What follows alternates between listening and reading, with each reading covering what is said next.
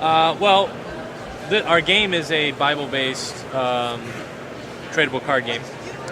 And what we're doing is we're having two tournaments, one on Friday at 7 o'clock, one at Saturday at 6 o'clock.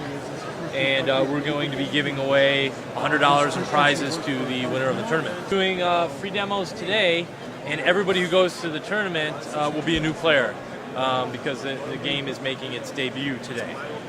So everyone's a new player. Everyone has the same chance of winning then.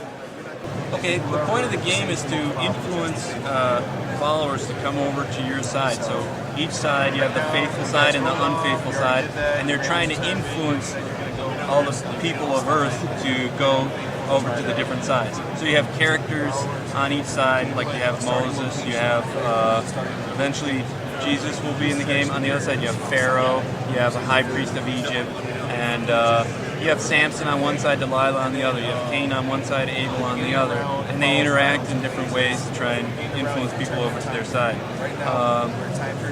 And each player takes a turn at each side, and then you determine who wins after a two-game match. So that's how it works. It's a pretty fun game.